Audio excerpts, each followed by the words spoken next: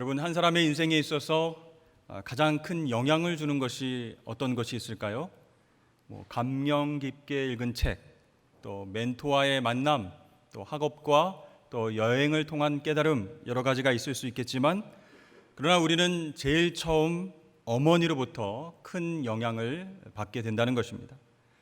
어머니 뱃속에서 우리는 육체적으로 성장할 뿐만 아니라 정신과 영혼도 함께 형성되기 때문입니다.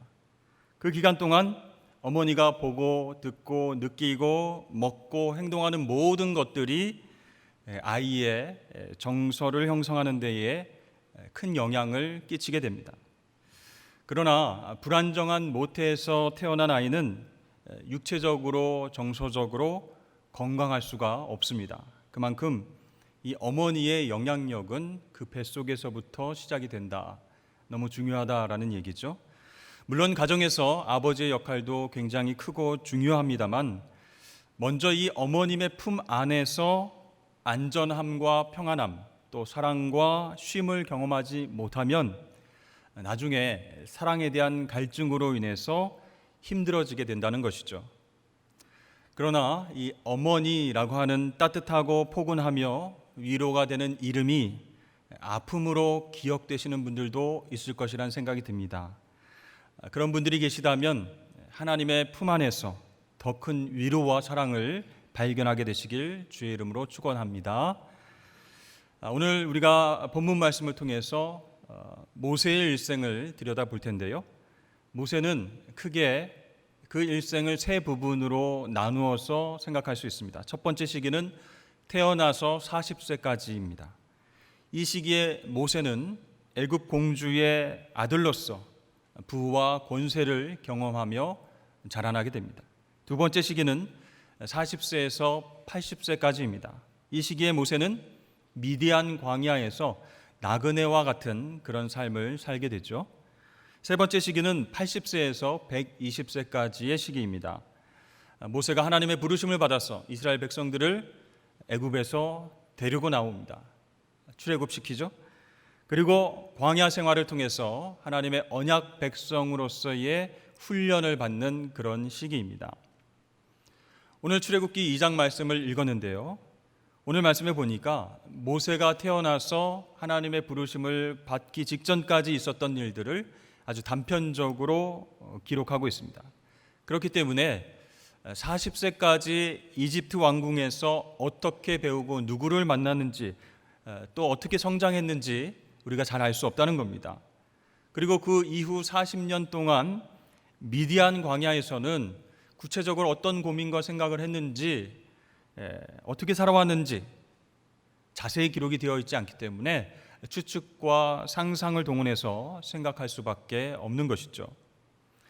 오늘 11절 말씀을 보면 모세가 자기 형제들에게 나가서 그들이 고되게 노동하는 것을 보았다라고 기록하고 있습니다. 이것은 이 왕자 신분인 모세가 산책을 갔다가 우연하게 동족들이 힘들게 노동하는 것을 보았다, 그런 뜻이 아닙니다. 의도적으로 그 사람들이 어떻게 살고 있는지를 보기 위해서 밖으로 나갔다, 그런 뜻입니다. 이것은요, 이 모세 자신이 히브리 사람이라고 하는 분명한 자의식이 있었다, 그런 뜻입니다. 자, 이집트 왕자로서 노예들이 어떻게 생활을 하든 말든, 노예는 열심히 일을 하고 먹고 살아야지, 그게 당연하지 라고 생각한다면 그들을 일부러 찾아보지 않았을 것입니다. 그런데 모세는 어떻게 자신이 히브리 사람이라고 하는 자의식을 계속 가지고 살아올 수 있었을까요? 바로 어머니 때문이었습니다. 이 어머니 요게벳은요, 유모로 이집트 왕궁에 들어가서 모세를 돌보게 되었습니다. 그런데 젖을 뗀 이후로 이 모세와 어머니 요게벳의 관계가 어떻게 되었는지는 성경이 기록하고 있지는 않습니다. 당시 기준으로 봤을 때 젖을 떼려면 서너 살쯤 되어야 합니다. 그런 아기가 만일 공주의 손에 넘겨져서 그 이후로 외부 세계와 완전히 단절된 삶을 살았더라면 모세는 자신이 히브리 사람이라고 하는 정체성을 전혀 알지 못하고 살아왔을 것입니다. 그러나 모세가 자라면서 이 어머니 요게벳과 어떤 식으로든 계속 만나고 소통했기에, 또 어머니가 그에게 또 히브리 사람으로서의 정체성과 하나님의 이야기를 계속 들려줬기 때문에 모세는 자라면서 늘 동족에게 관심을 갖고 살아갈 수 있었다는 것입니다. 자, 어머니는 모세에게 어떤 이야기를 들려줬을까요? 조상들로부터 내려온 그런 이야기, 하나님의 천지 창조 이야기, 아담과 하와, 또 가인과 아벨 이야기, 노아의 이야기를 재미있게 들었습니다. 또 하나님께서 이 아브라함을 불러내시고 그 아들 이삭과 야곱의 이야기를 통해서 이 히브리 사람들이 어떻게 애굽에 정착하게 되었는지 그것도 알게 되었던 것이죠. 자, 모세는 사실 이집트 왕궁에서 호화롭게 잘 먹고 잘 교육받고 그렇게 살아갔지만 고생하고 있는 동족들에게 항상 미안한 마음, 빚진 마음을 갖게 되었다는 것이죠. 여러분, 빚진 마음, 궁일이 여기는 마음, 또 내가 동족을 위해서 뭔가 해야 될 텐데 그런 마음은요, 누군가에 의해서 강제적으로 만들어지는 것이 아닙니다. 이 모세는 어머니를 통해서 성경 이야기, 하나님 이야기를 들으면서 자신이 누구이고 무엇을 위해서 어떻게 살아가야 하는지 스스로 생각해 왔던 것입니다. 자, 이렇게 우리에게는요, 자신의 정체성을 찾아가는 데 있어서 도움이 되는 이야기, 하나님의 구원의 이야기를 듣고 자라는 것이 너무나 중요하다라는 것을 모세의 이야기를 통해서 깨닫게 됩니다. 여러분, 알고 보면요, 인간만큼 태어난 이후에 오래도록 무력한 존재는 없는 것 같습니다. 여러분, 시골에서 소나 염소, 이 가축들의 출산 과정을 한번 보신 적이 있으십니까? 저도 직접 본 적이 있는데요, 태에 있던 새끼가 밖으로 나오자마자 막 꿈틀대면서 일어나려고 애를 씁니다. 그리고 네 발로 꿈틀꿈틀 거리면서 딛고 일어서요. 그러면서 비틀거리면서 몇 번 움직이더니 1시간도 안 되는 사이에 막 뛰어다닙니다. 그에 비하면 우리 인간은 어떻죠? 제 발로 걸으려면 적어도 8달 정도는 지나야 된다는 거예요. 그 기간 이상 우리 인간은 그래서 어머니의 품이 필요하다는 겁니다. 젖을 먹이는 것뿐만이 아니라 어머니의 품속에서 사랑과 안식을 맛보면서 안정적으로 정서적으로 사랑을 받고 자라나게 되어 있다는 것이죠. 자, 젖을 떼고 난 이후에도 어머니의 돌봄과 사랑이 있어야 그 아이는 정신과 영혼이 올바르게 성장할 수 있다는 것이죠. 이렇게 모든 어머니에게는요, 위대한 창조 동역자로서의 사명이 주어져 있습니다. 그러나 모든 어머니가 그 사명을 신실하게 수행하는 것은 아니죠. 불행하게도 자신에게 찾아온 생명이 얼마나 귀한지를 깨닫지 못하고 또 자녀에게 자신의 품을 내어주지 못하는 그런 어미들이 이 땅에 많이 있음을 우리가 보게 됩니다. 최근 뉴스를 통해서 보면 유아 학대와 살인 사건이 우리를 깜짝 놀라게 하죠. 한 생명이 자신의 몸에서 자라고 있고 귀한 선물로 주어진 아름다운 생명이라는 것을 안다면 그 어미의 사명을 진지하게 아름답게 감당해야 될 텐데 그렇지 못한 사람들이 많다는 거죠. 너무 안타까운 일이 아닐 수가 없습니다. 그런 면에서 여러분, 교회는 새 생명을 출산하고 새 생명을 양육하는 그런 가정과 같아야 된다라는 생각을 하게 됩니다. 서로의 구원과 서로의 성장을 위해서 해산의 수고를 기꺼이 감당하는 곳, 그것이 바로 교회가 되어야 할 줄로 믿습니다. 주님 안에서 새롭게 태어난 그 성도들이 충만한 하나님의 사랑 안에서 자라날 수 있도록 따뜻하고 넉넉한 어머니의 품이 되어줘야 한다는 것이에요. 그런 수고를 기꺼이 감당하는 교회일수록 그 안에는요, 더 많은 출생과 더 많은 양육이 이루어지게 된다는 것입니다. 또 하나, 교회는요, 믿음의 사람들과 하나님의 이야기가 끊임없이 들려지는 곳이어야 된다라는 것입니다. 자, 모세는 왕궁에서 또 수업을 통해서 수많은 이야기들을 들었습니다. 좋아하는 이야기, 이집트 사람들이 잘 아는 이야기들을 들었겠죠. 특별히 태양신 라와 같은 여러 가지 우상들의 이야기, 또 신화 이야기, 이집트 왕이 곧 신이다, 그런 이야기도 많이 들었을 것입니다. 그러나 모세는 어머니를 통해서 들었던 하나님의 이야기, 성경 이야기에 귀를 기울였고요.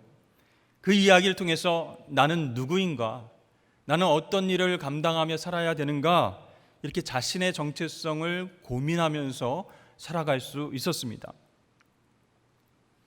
오늘날 우리들도요, 세상에서 수많은 이야기를 듣고 살아가게 됩니다. 역사 이야기, 우주와 과학 이야기, 철학과 문학 이야기 등등 수많은 이야기들을 우리가 접할 수 있습니다. 그러나 믿음의 사람들은 성경을 통해서 듣는 그 하나님 이야기를 마음에 품을 수 있어야 됩니다. 우리가 육신의 자녀를 낳고 양육하는 일도 중요합니다. 하지만 그보다 더 중요한 일이 있다는 거예요. 그것은 영적인 자녀, 믿음의 자녀를 두는 일이 더 중요하다라는 것입니다. 여러분, 육신의 자녀를 두는 일은요, 누구에게나 허락된 일이 아닙니다. 불임과 여러 가지 문제로 인해서 요즘은 아기를 갖고 싶어도 갖지 못하는 안타까운 부부들이 많이 있습니다.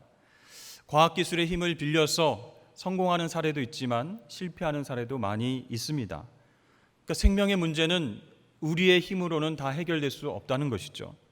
그러나 하나님께서 선물로 주신 이 자녀들을 믿음의 자녀로 키우는 것, 그것은 누구나 노력하면 할 수 있다는 거예요. 그 일을 위해서 교회와 가정이 어머니의 품과 같은 그 공동체 역할을 감당할 때에 바로 믿음의 자녀들이 태어나고 성장할 수 있게 된다는 것입니다. 그래서 세상에서는 어떻습니까? 시험 점수와 또 출신 학교와 외모, 그런 것들로 서열이 매겨지고 그들의 능력을 평가받습니다. 그러나 이 교회와 가정에서는요, 자녀들을 있는 그대로 받아주고 참고 견디고 사랑해 주어서 그 은사를 마음껏 발휘할 수 있도록 그렇게 보호해주고 격려하고 위로하는 것, 그런 어머니의 품과 같은 일들이 일어나야 된다는 거예요. 그래야 사실 많은 믿음의 자녀들이 이 땅 가운데 세워질 수 있는 것입니다. 여러분, 하나님께서 우리에게 요구하시는 것은요, 육신의 자녀로서 자녀들이 세상에서 성공하는 것이 결코 아닙니다. 하나님은 우리 자녀들을 믿음의 자녀로 세우기 위해서 우리가 얼마나 품고 인내하고 사랑으로 양육했는지, 그들을 위해서 기도하고 노력했는지 그것을 하나님께서 보신다는 거예요. 그런 의미에서 이 교회와 가정은요, 하나님의 거룩한 이야기, 또 하나님의 구원 이야기가 계속해서 자녀들에게 들려져야 된다는 겁니다. 그래서 그 이야기를 통해서 자녀들이 세상에서 비전을 품고, 아, 나는 어떤 사람이구나, 세상에서 어떤 사명을 감당해야 될 사람이구나, 이렇게 마음 먹고 하나님의 자녀로 자라날 수 있게 된다는 것이죠. 오늘 말씀을 보니까 이 장성한 모세가요, 동족 히브리인이 애굽 사람에 의해서 맞고 있었습니다. 그것을 보고 참을 수 없었던 거예요. 이 만일 모세가 자신만의 안일과 행복을 추구하는 사람이었더라면 일부러 밖에 나와서 동족들의 삶을 관찰하지도 않았을 것입니다. 또 그들이 노예인데 맞고 살든 어떻게 되든 상관하지 않고 살아갔을 것입니다. 그러나 모세는 왕자로서 자기만 호의호식하며 살지 않았습니다. 자신보다 못한 삶을 살아가는 그런 사람들에게 관심을 돌리고 손길을 내밀어주는 그런 하나님의 마음을 갖고 있었던 그런 사람이었습니다. 자, 오늘 하나님의 마음을 엿볼 수 있는 그런 말씀이 23절부터 25절까지 말씀에 나옵니다. 한번 보여주시면요. 자, 이스라엘 백성들이 너무 고된 노동으로 하나님 앞에 부르짖었습니다. 그때 하나님께서 그 소리를 들으셨습니다. 그리고 아브라함과 이삭과 야곱에게 세운 그 언약을 하나님이 기억하셨고 이스라엘 자손을 돌보셨다라고 말씀하고 있죠. 이 말씀 가운데 나오는 4개의 동사가 이 하나님의 마음을 대변하고 있습니다. 부르짖다, 들으시다, 기억하다, 돌보다. 여러분 어떤 생각이 드십니까? 자녀를 향한 부모의 마음이 느껴지시지 않습니까? 부모와 똑같은 그런 하나님의 마음을 우리가 발견하게 되는 것이죠. 하나님께서 자녀가 고통 가운데 신음하면서 부르짖는 소리를 들으시고 안타까워하시면서 아브라함에게 주셨던 언약을 기억해내시고 이제 그들을 구원하기 위해서 움직이시는 겁니다. 그런데요, 사실 하나님으로서 그럴 이유가 없었습니다. 이스라엘 백성들이 그렇게 살고 있었던 것은 그들이 선택한 결과였고 하나님은 그저 지켜보고 계시기만 하면 되었습니다. 하지만 하나님 그렇게 하지 않으셨다는 거예요. 이스라엘 백성들의 고통을 마치 자신의 고통처럼 여기시고 아파하셨습니다. 자, 여러분, 이러한 하나님의 모습을 통해서 하나님께서는 모세를 쓰시기 위해서 가장 필요했던 것이 무엇인지를 우리에게 알려주십니다. 바로 하나님의 마음을 품는 사람이 필요했다라는 것이죠. 정말 상관하지 않아도 될 그 타인의 고통을 나의 고통으로 여기고 함께 아파할 줄 아는 그 하나님의 마음을 품은 자가 누구냐? 바로 모세였다라는 거예요. 그래서 하나님이 쓰실 그 하나님의 사람에게 정말 필요했던 마음을 보시고 하나님이 모세를 부르시는 것입니다. 그런데요, 모세의 현재의 마음은 정말 복잡했어요. 왕족이긴 하지만 그들을 실제로 도울 수 있는 능력이 자신에게는 없었습니다. 근데 고된 노동을 통해서 고통받는 모습을 보면 너무 불쌍한 거예요. 그래서 이러지도 못하고 저러지도 못하는 사이에 모세의 마음에는 좌절감과 무력감이 쌓였습니다. 그렇게 40세에 일어난 모세의 살인사건은 그 내면에 엉켜 있었던 좌절감과 무력감과 분노가 폭발했던 그런 사건이라고 볼 수가 있죠. 그 일로 인해서 모세는 바로 왕을 피해서 살아남기 위해서 미디안 광야로 도망치게 되었습니다. 미디안 광야는요, 지금의 사우디아라비아가 있는 지역입니다. 그러니까 목초지를 찾아다니면서 양을 치는 베두인들이 살아가는 그런 지역이죠. 여러분, 그곳에서 모세는 잘 적응하며 살았을까요? 40년 동안입니다. 이집트 왕자로 살았던 그가 아무것도 없는 그 광야에서 양들을 치면서 산다. 그것은 결코 쉬운 일이 아니었습니다. 그가 르우엘, 즉 이드로의 딸을 만나서 결혼해서 아들을 낳았죠. 그 아들의 이름을 게르솜이라고 지었습니다. 그 뜻은 나그네, 그런 뜻입니다. 그렇게 이름을 지은 것은 우연이 아니라는 것이죠. 즉 자기 자신은 이곳 미디안 광야에서 이방인의 삶, 나그네의 삶을 살고 있다라는 것을 보여주는 그런 장면이라고 할 수 있죠. 여러분, 우리도 뉴스를 통해서 어린 나이에 외국으로 입양돼서 외국에서 잘 살고 있는 사람이 왜 한국에 와서 굳이 친부모를 찾는 것일까, 그런 생각을 하게 됩니다. 완전히 외국 사람이에요. 우리나라 말 한마디도 못해요. 문화와 언어와 정서상 완전히 외국인인데 왜 그런 일들을 하게 되는 것일까? 한국에 와서 왜 친부모를 찾게 되는 것인가? 왜냐하면 여전히 그 땅에 살아가면서 자신은 이방인이다, 나그네다라는 것을 처절하게 느끼며 살아가고 있기 때문입니다. 그래서 뿌리를 찾으려고 하는 것입니다. 내가 어디에서부터 왔고 나의 부모님은 어떤 사람이고 어떤 사정이 있어서 나를 입양시켰나, 그게 알고 싶은 거예요.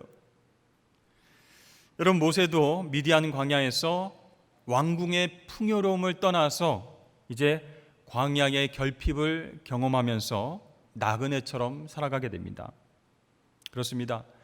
우리는 이러한 모세를 통해서 우리 삶의 결핍이 때로 우리에게 영적인 유익이 될 수 있다라는 것을 깨달을 수 있게 됩니다. 첫 번째, 어떤 유익이 있을까요?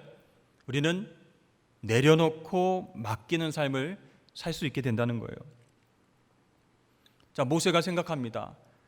왕족들도 동족들도 다 자신의 마음을 이해해 주지 못합니다. 서운합니다. 의지할 사람이 없습니다. 이제 모세는 모두 다 내려놓고 미디안 사람으로, 나그네로 살고 싶었던 것입니다. 여러분, 왕궁에서 명령만 하면요, 뭐든지 이루어지는 그런 삶을 살았습니다. 먹을 것, 입을 것, 뭐 갖고 싶은 것, 공부하고 싶은 것, 내 모든 것이 그냥 말만 하면 이루어지는 그런 환경이었어요. 그런 삶을 살다가 아무것도 없는 광야의 삶은 고통 그 자체였습니다. 여러분, 없이 살다가 성공해서 풍성하게 살아가는 것보다도 부와 풍요를 누리다가 갑자기 가난과 결핍을 경험하면서 사는 것, 그것이 더 어렵고 힘든 법입니다. 우리 주위에도요, 자기 사업을 해서 크게 성공하신 분이 사업이 정말 어려워져서 다른 사람 밑에서 일하고 월급을 받게 됩니다. 그러면요, 너무 비참하고 힘든 마음이 든다는 거예요. 또 넓은 주택에서 부족함 없이 살아가다가 경제적으로 어려워져서 반지하로 이사해서 매일매일 끼니를 걱정하며 살아가게 된다면 정말 그것은 죽을 맛입니다. 그런 얘기를 우리 주위에서 흔히 들을 수 있습니다. 모세가 지금 그런 상황이에요. 그러나 시간이 지나면서 모세는 예전의 그 삶들, 풍요로운 삶들을 내려놓게 됩니다. 그리고 광야 생활에 익숙하게 됩니다. 자기의 양도 아닌 장인의 그 양들을 맡아서 광야를 누비고 다닙니다. 그리고 어디에 가면 어디에 가면 물이 있을까? 그렇게 항상 광야의 지형을 살피고 기후에 익숙해지면서 삶의 지혜를 하나하나씩 배워가게 되었습니다. 여러분, 이것은요, 나중에 엄청난 유익이 됩니다. 나중에 이스라엘 백성들 이끌고 광야로 나가서 살아가는데 큰 도움이 되었던 그런 시기였던 것이죠. 여러분, 그러므로 우리 삶에 찾아오는 결핍이 결코 나쁜 것만은 아님을 여러분 생각하실 수 있어야 됩니다. 오히려 그것이 더 큰 하나님의 은혜와 복을 누릴 수 있도록 내 자신의 어떤 욕망과 욕심을 내려놓는 데 도움이 될 수 있다는 것이죠. 두 번째로요, 결핍은 인내와 겸손의 사람이 되게끔 도와준다라는 것이죠. 만일 모세가 왕궁에 있었을 때에 이 하나님의 부르심을 받았다면 어떻게 되었을까 생각해 보신 적 있습니까? 왕궁에 있었어도 하나님에 대한 이야기를 들었으니까, 동족에 대한 상황을 아니까 그런 미안한 마음 때문에 한번 제가 해보겠습니다. 그들을 한번 구해보려고 노력하겠습니다.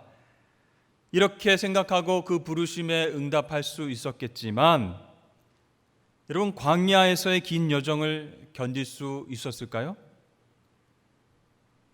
이스라엘 백성들은요, 출애굽해서 얼마 안 돼서 막 물을 달라, 고기를 달라, 죽을 곳이 없어서 우리를 광야로 내몰아서 광야에서 죽게 하느냐, 다시 돌아가자, 막 불평불만하며 난리가 났습니다.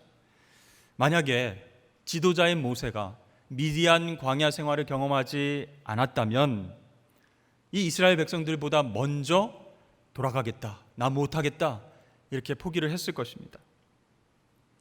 또 모세는요, 광야 생활을 통해서 백성들의 원망과 불평, 그런 것들을 들으면서 얼마나 많은 마음의 상처를 받았겠습니까?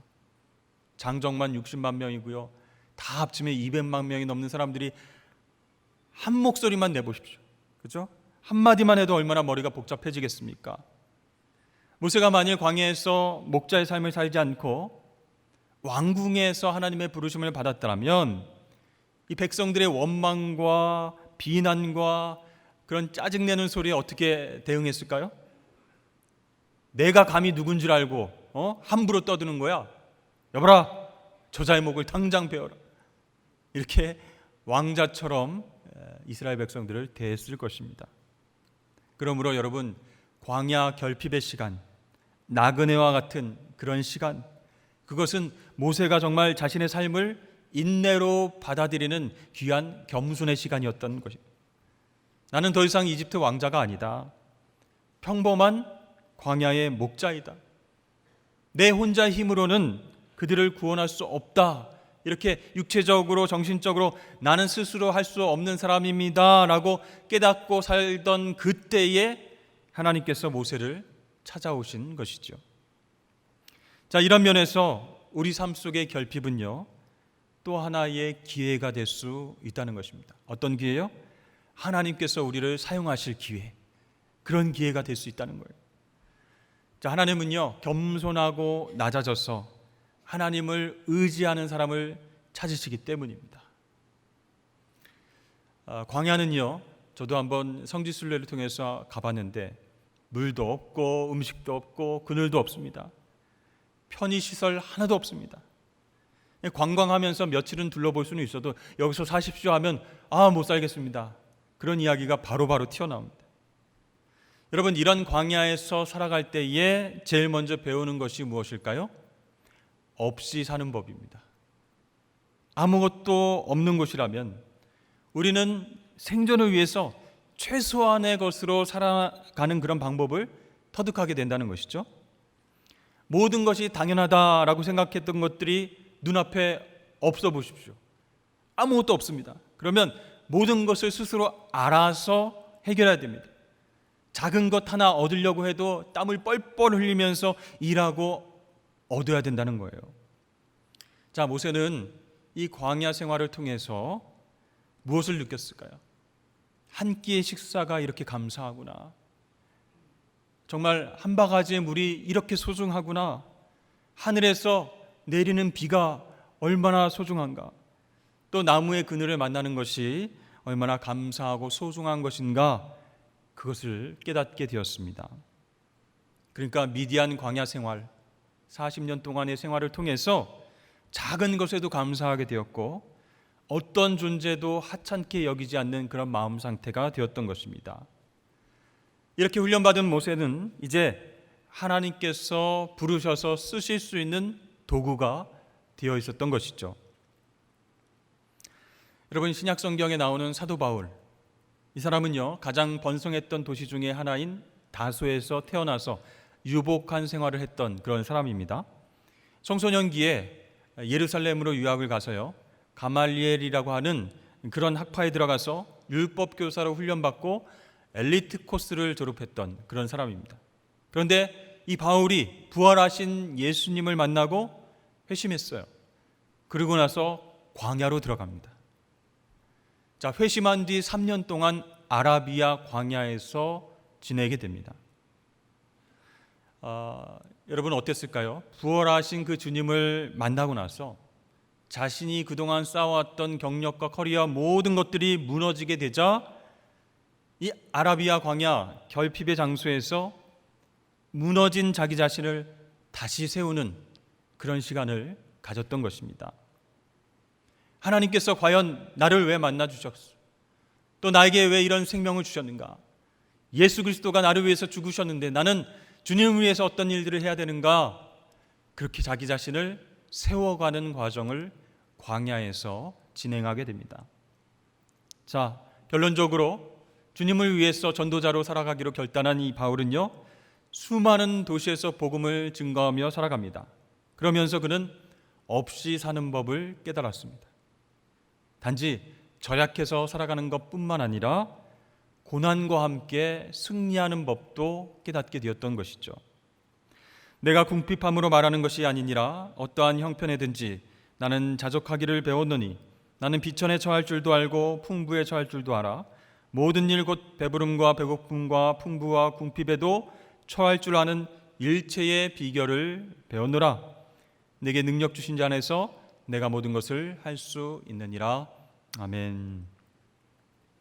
자, 바울이 말하는 이 자족하는 법은요, 광야를 체험해야만 또 없이 사는 법을 알아야만 체득할 수 있는 것이에요. 이런 부족함을 경험하면서 살아봐야 나중에 넉넉해지고 풍요로워져도 낭비하거나 허비하지 않게 됩니다. 또 궁핍해봐야 하나님의 은혜가 얼마나 소중한지 그것을 깨닫게 된다는 거예요. 그래서 우리는 결핍 가운데에 하나님의 큰 은혜라고 하는 보물을 발견할 수 있게 된다는 것이죠. 여러분, 지금 우리는 코로나19 사태로 모두가 강제적으로 광야에 내몰린 상태입니다. 그동안 당연하게 누려왔던 것들 빼앗겼습니다. 경제적으로도 많이 어려워져서 먹는 것, 소비하는 것들도 줄여야 되지만 가장 큰 결핍은 예배와 교제와 사귐이 줄어들었다는 것이죠. 자, 이렇게 광야에 내몰린 우리는요, 없이 사는 법을 배우고 익히는 그런 기회로 삼아야 할 것입니다. 그러면 나중에 모든 것들이 정상으로 돌아왔을 때 허비하고 낭비하는 잘못을 범하지 않게 될 것입니다. 혹시 여러분 중에 코로나 끝나기만 해봐라, 내가 카드 한 10장 가져가서 백화점에서 다 긁고 다니겠다, 선물 사겠다, 이런 분이 혹시 있으십니까? 여러분, 우리가 없이 사는 법, 또 하나님을 의지하면서 감사하게 사는 법, 그것을 훈련해야 나중에 우리의 상황이 나아질지라도 하나님을 계속 의지할 수 있는 거예요. 어떤 상황 속에서도 인내하고 다시 회복해서 일어날 수 있는 내공의 힘이 길러질 수 있게 될 줄로 믿습니다.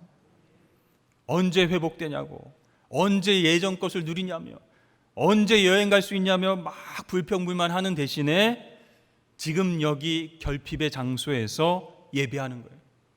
지금 여기 결핍의 장소에서 감사하고 인내하고 이웃을 배려하는 삶을 살 때 그것이 영적인 훈련이 된다는 것이에요. 여러분, 우리는 인생의 길에서 평생 건강하면서 교회에 나오면 너무 좋겠죠. 그런데 때로는 교회에 나오지 못하는 시간들을 경험합니다. 예를 들어서 질병이나 장애를 통해서, 경제적인 문제로 인해서, 상처로 인해서, 또 연로함으로 인해서 교회에 나오지 못하는 경우가 있죠. 또 하나는 코로나19와 같은 그런 바이러스가 다 지나가서 일상이 회복됐는데 그 이후로 다른 변종 바이러스가 확산이 돼서 다시금 현장 예배가 불가능하게 될 수도 있습니다. 너무 나쁜 시나리오인가요, 여러분? 그런 상황이 올 때가 여러분, 우리 신앙에 있어서 가장 중요한 때라는 거예요. 결핍의 시간, 결핍의 장소에서 과연 우리가 어떤 마음가짐으로 하나님을 바라보는가, 어떻게 훈련받는가에 따라서 하나님께 크게 쓰실 그런 도구로 준비받을 수도 있고, 그렇지 않으면 낭비하면서 성숙하지 못한 채로 불평불만하며 살 수도 있다는 것입니다. 사랑하는 여러분, 광야에서 없이 사는 법, 그것을 깨닫고 하나님의 매일같이 공급해 주시는 은혜를 힘입어서 광야를 지나는 훈련을 저와 함께 같이 나아가실 수 있는 그런 저와 여러분 되실 수 있기를 바랍니다. 그래야 여러분, 우리가 승리할 수 있는 거예요. 영적으로 성숙할 수 있는 것입니다. 가정에서 예배드리고 혼자 말씀을 묵상하고 큐티하고 기도에 집중하면서 살아간다면 환경적인 조건에 흔들리지 아니하고 하나님께 더 가까이 나가는 돌파구가 될 줄로 믿습니다. 그렇게 저와 여러분의 삶 가운데서 결핍이 기회가 되고 결핍이 영적 성숙의 기회가 되는 그런 귀한 기회가 되길 주의 이름으로 간절히 축원합니다.